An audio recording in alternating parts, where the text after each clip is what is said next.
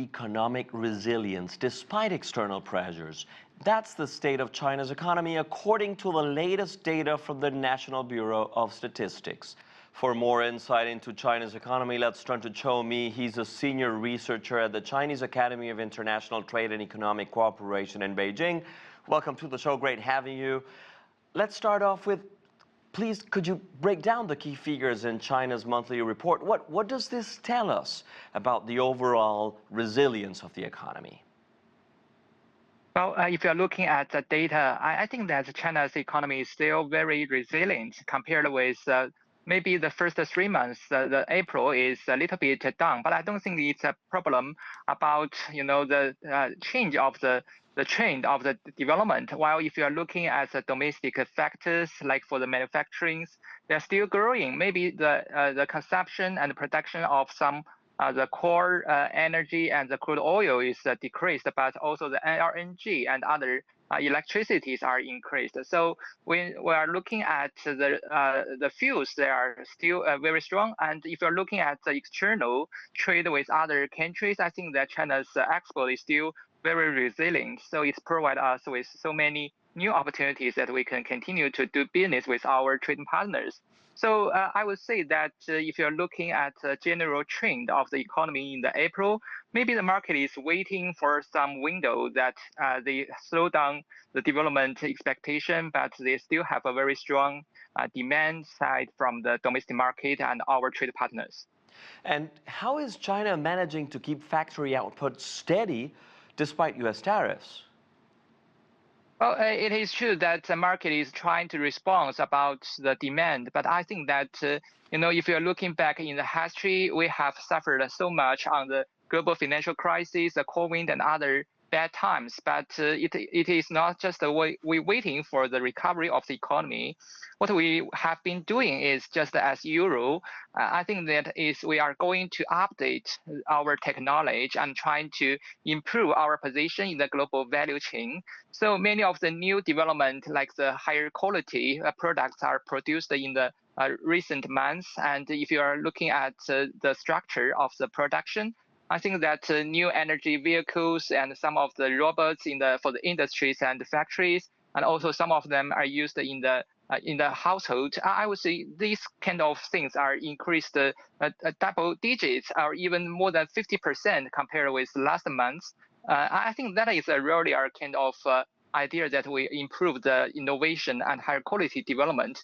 Well, as for the other labor-intensive industries, I would say we want to try to integrate the supply chains and trying to make a better use of the logistics and other information to expand the channels. I don't think that is a problem that we trying to transfer the production from capacities of products from one country to another, but trying to make it better to support and meet the demand of the diversified markets. And what do you think is working in Beijing's playbook to keep the economy on track?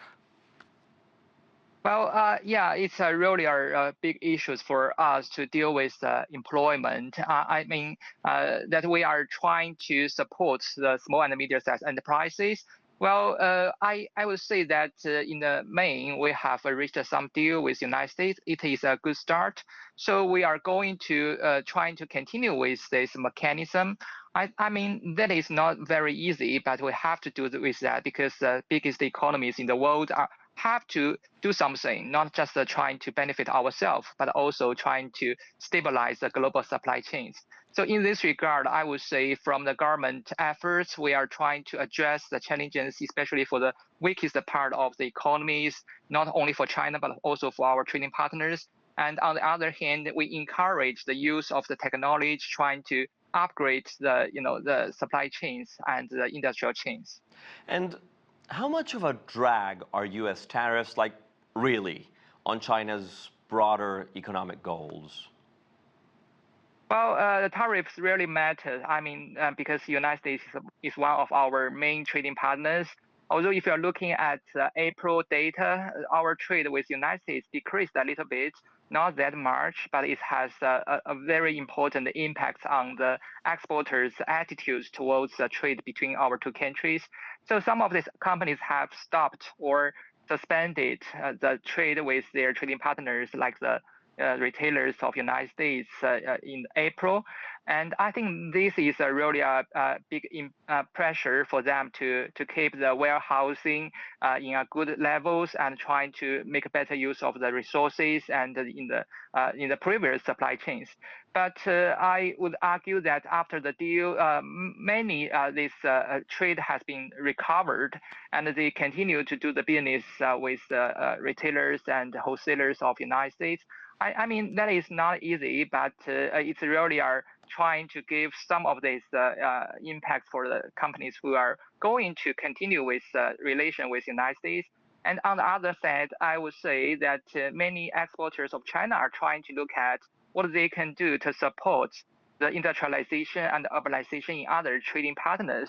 Maybe they will diversify some of their supply chains to other trading partners based on their demand. I would say that is also for consideration about de-risking. Zhou Mi, thank you very much. Great having you.